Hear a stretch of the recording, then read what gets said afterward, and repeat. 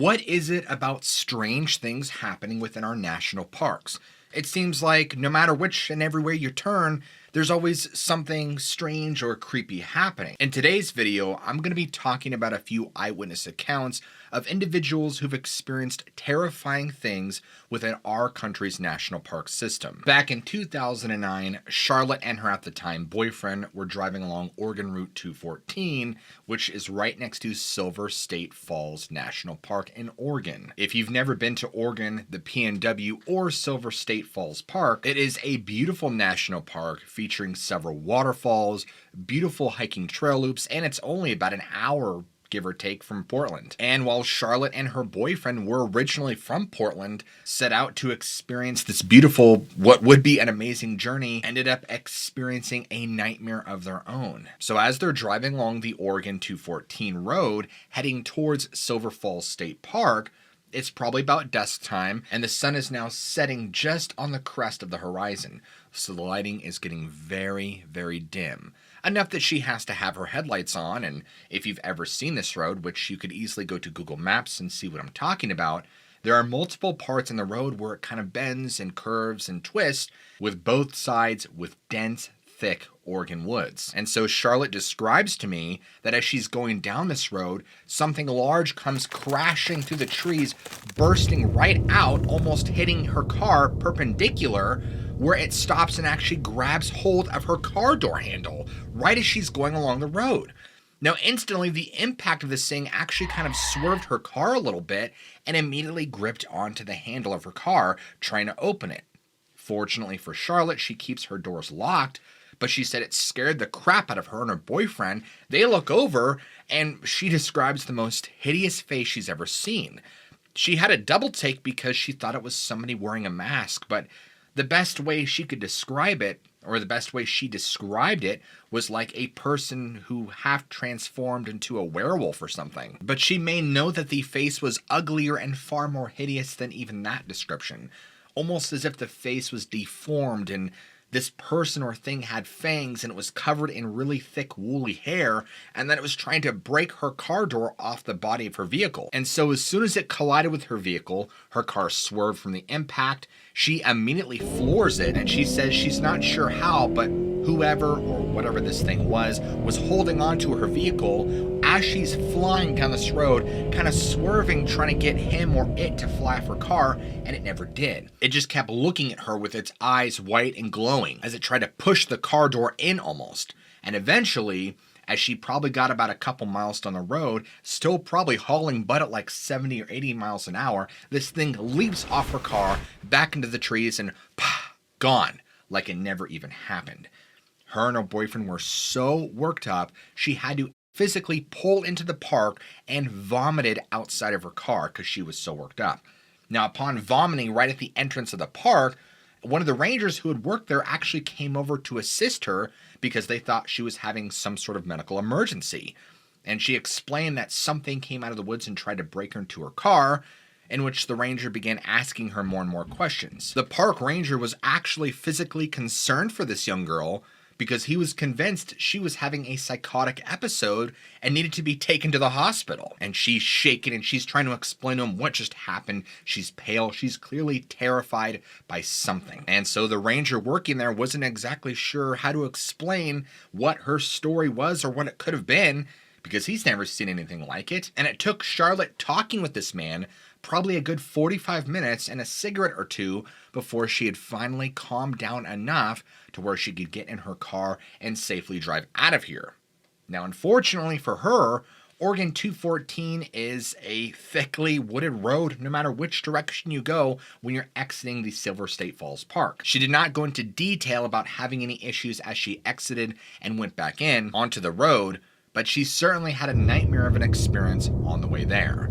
She's also not one to believe in ghosts, the paranormal, God, or any sort of religion. From the get-go, Charlotte defined herself as a skeptical agnostic at best, and even after this experience has no way to explain what or who this person was. When I asked her and entertained the idea that could it have been a person in a costume, maybe hopped up on PCP or something, she kind of kicked the notion around a bit, but kept explaining that it didn't make sense because of, number one, just how physically large and powerful this person was, and number two, that this person's face looked far too. It was almost like the most realistic costume you could possibly wear. I mean, she was able to see the ripples along its neck and veins, and the fact that it had claws, and it was almost about to pry her door off. And then it scared her like none other. But as she detailed this to me, she also explained that it was like a blur in time because it happened so fast, from it coming out of the woods, crashing into her vehicle, and then hanging on for a couple of moments before vanishing, that the entire event probably didn't last any longer than 2 minutes at most. Her boyfriend at the time refused to ever acknowledge it or talk about it after this event, and I mean, I can't personally say I blame either of them. And for the record, this seemed like it was probably somewhere around 7 or 7:30 in the evening before the park closed, which is why there was a ranger present and she was able to enter and exit into the park without problem. Our next story comes from another young couple at the time who had gone adventuring in Idaho, just outside of Boise in the Salmon Chalice National Forest. Olivia, the woman who had written the email to me, detailed that her and her boyfriend Marcus had come across what they described as a large nest of some sort, bigger than any nest they'd ever come across. Immediately upon finding it, their minds both went to the third Jurassic Park movie, where it actually shows pterosaurs and shows their nest, and there's a scene where the boy in the movie falls in the nest, and yada yada yada. I won't bore you with those details. And while they didn't find any human bones or any signs of an egg or egg remains, they thought that it looked really creepy and very well made. And again, Olivia reiterated to me that they were pretty deep in the woods when they found this. As Olivia and her boyfriend had begun hiking that morning, they had traversed enough upwards through the woods into the mountains, where they had come across more mountainous rocky terrain, where they had noted something strange on a precipice not far away that overlooked a small valley, probably no more than 50 to 60 feet below, if they had to guess. As they took notice of what they believed to be a large nest, they also noticed just a few feet away was a rather large rocky alcove with what appeared to be large bones inside. The curiosity bug bit them, and they had to go check it out, and upon further investigation, they found a very large femur that they believed belonged to a cow or some large animal. No, she didn't find any human bones or skulls or anything weird like that, but said that something large was definitely eating animals up here. Olivia also mentioned that the nest she found, fortunately for Olivia and her boyfriend, the nest they were looking at did not appear to have been used in recent years. The nest looked very old and very weathered, and clearly had been made quite some time ago, possibly years. Both Olivia and her boyfriend got chills just looking at the nest, feeling that something big clearly made this, and judging by the bones in the alcove right over there, was eating on some large animals as prey. Could be deer, could be cows. Either way, what bird or flying creature is big enough to do that? Olivia wanted no part to play in that, so after looking at it and inspecting it for a couple more moments, and after Olivia and her boyfriend had spent ample time looking at this nest and inspecting it, they decided enough was enough, and they should probably get out of here in case it was still in use. So now hours go by, and probably about 4 or 5 hours, give or take, and they're miles away at this point. They hear an undescribable sound they cannot identify. Olivia had used the word prehistoric to quote her verbatim, and it immediately made her uncomfortable. Now, she didn't go into detail of exactly what it sounded like. She did not describe to me the timbre, the pitch, or any of those things, just that it sounded like something she's never heard before. And this is a girl who had grown up in the backcountry, and she knows all the sounds of birds. She knows all the animals out there, and she could not quite identify what this noise was, or had heard anything like it. When I had asked her if it could have been maybe just a bird that she had just mistook because of the sound and reverberation of where she was, she described that it sounded nothing like any bird she had heard, and again, sounded more like a large reptile or something. However, she did not jump to any conclusions. She made no correlation to what her and her boyfriend had found earlier that day and this strange sound she had heard miles away from that old nest. She just thought there was two strange occurrences in the same day in the Salmon Chalice National Park, and that was more than enough for her. She has gone back to this national park several times since this happened to hike and camp and just lollygag around, but has not had anything weird or strange happen to her like that since this day. You know, there have been people that have talked about reported sightings of what many describe as pterosaurs or living dinosaurs still. In fact, I've heard it sometimes in Arizona. Brazil's another huge hotspot for it in the Amazon rainforest, and just pterosaur sightings in general in the Midwest, East Coast, New Guinea, and all around Puerto Rico. I mean, so theoretically it is possible, but who knows? I'd love to know what you guys think of her story. Our last story of today comes from a man who calls himself Gray, who back in the summer of 2010, he, his sister, whom he is very close with, and a few of his very good friends all rented an Airbnb, or so I think it was called at the time. Anyway, they rented this cabin-style house out in the woods someplace in Kentucky. He didn't go into detail about specifics or locations or roads, but just that it was kind of out in the deep woods for some solace and some relaxation away from city life and the hustle and bustle of life. Like many people looking to get away and rent a cabin, they had rented it for the weekend. So the plan was to get ready, show up there Friday night, stay there Saturday and Sunday, and then Sunday evening head home back to their regular, normal, everyday life. Now, what Gray didn't know is that on the first night they were there, his friends brought something with them that would be the catalyst for the entire night's events. They brought with them a Ouija board. And without him knowing it, while he was outside, they pulled it out and started using it.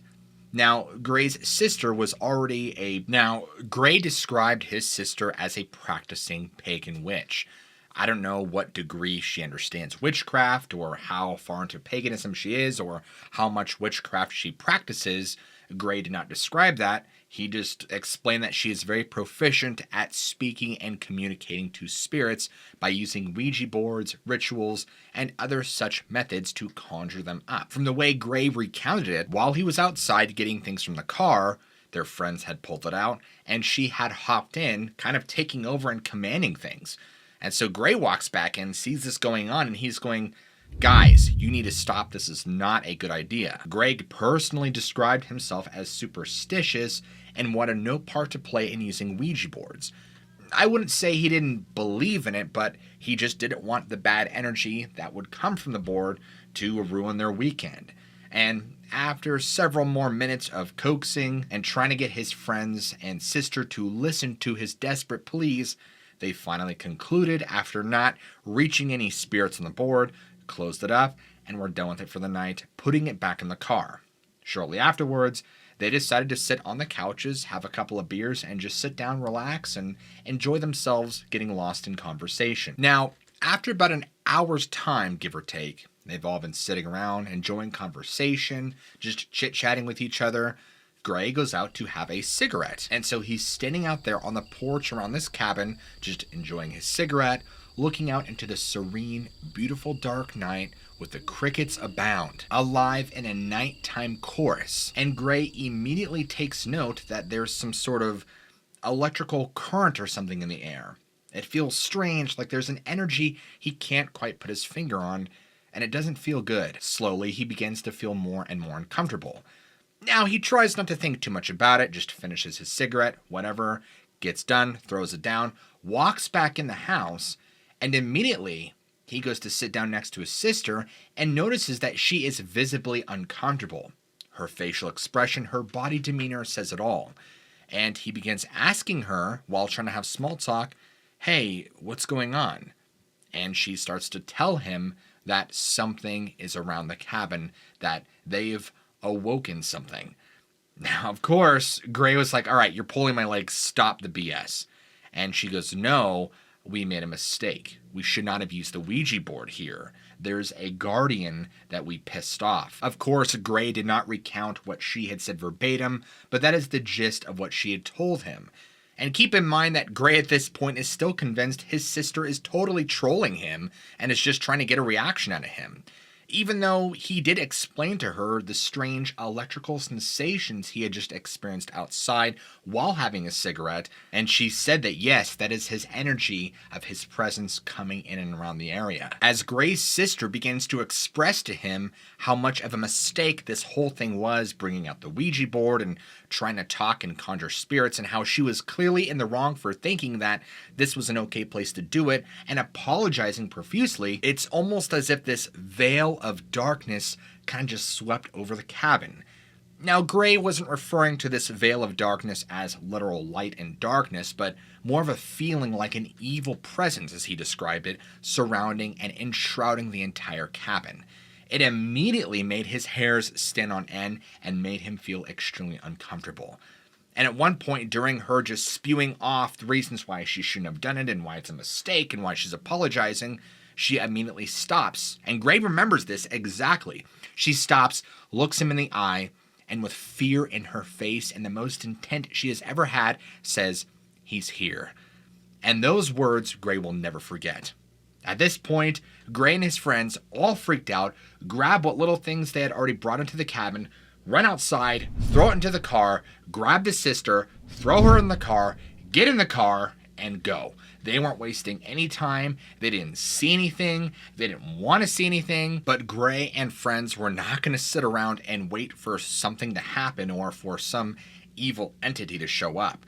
Now, even though Gray claimed to not necessarily believe in that, he felt the fear that everybody was feeling. He could feel the presence around them. He could feel the strange, as he described, electrical currents surrounding the cabin. He wanted no part to play in it and explained to me that it was like being uncomfortable times 10. And as they all jumped in the car and flew out of there down that dirt/gravel road back onto the main road, none of them, not one, looked back at the cabin. And for the entire drive back, nobody said anything. But here's what's weird. Now, the following week after this, and everybody gets back home and settles down, Gray explained that his sister was all wigged out for like the next week. That she hardly talked, she hardly ate, she hardly even drank anything. I'm not talking about alcohol, I'm talking about water. That she was almost like in this, he described a almost vegetative state. And she would murmur and mumble to herself all the time under her breath and not make sense. Or she would just stare off into the distance and just start speaking nonsense. And Gray explained that it was almost as if his sister was possessed by something or someone. He doesn't believe she was possessed, but he explained it was like she was possessed. And after about a week or so, maybe 8 or 9 days, she just kind of suddenly snapped out of it, having no memory of the last week, but she did remember the cabin events, and life kind of just went on as normal. Now, even though this was years ago, Gray still talks to his sister because he's very close with her, but she described after all this happened that basically they should have never brought out a Ouija board because there's a spiritual guardian that was set to guard the tribe of that area from European settlers. And she explained to Gray that even though they didn't come into contact with anything using the board, just bringing out the board and using it must have pinged this guardian and made him alert and aware of their presence, which really made him mad. Now, as far as Gray understands, nobody really lives at this cabin. It's more of like an Airbnb situation where people will pay the owner, they come out, they rent it for a few days. It's that situation. But after the story, Gray did express to me that, hey, the cabin is up for rent if you ever want to go check it out. And while I can't personally testify with confidence and say that they definitely experienced some sort of demonic entity or energy while at the cabin, I definitely think using a Ouija board probably wasn't a good idea and probably could have caused something to happen. But I don't like drawing conclusions to these stories. I like leaving that up to you guys, so I want to hear what you think. And if you guys enjoyed today's video, be sure to go ahead and give this video a big like and subscribe if you're not already to the channel. And as always, guys, I love you all. Keep an open mind, and I'll check you guys out in the very next video.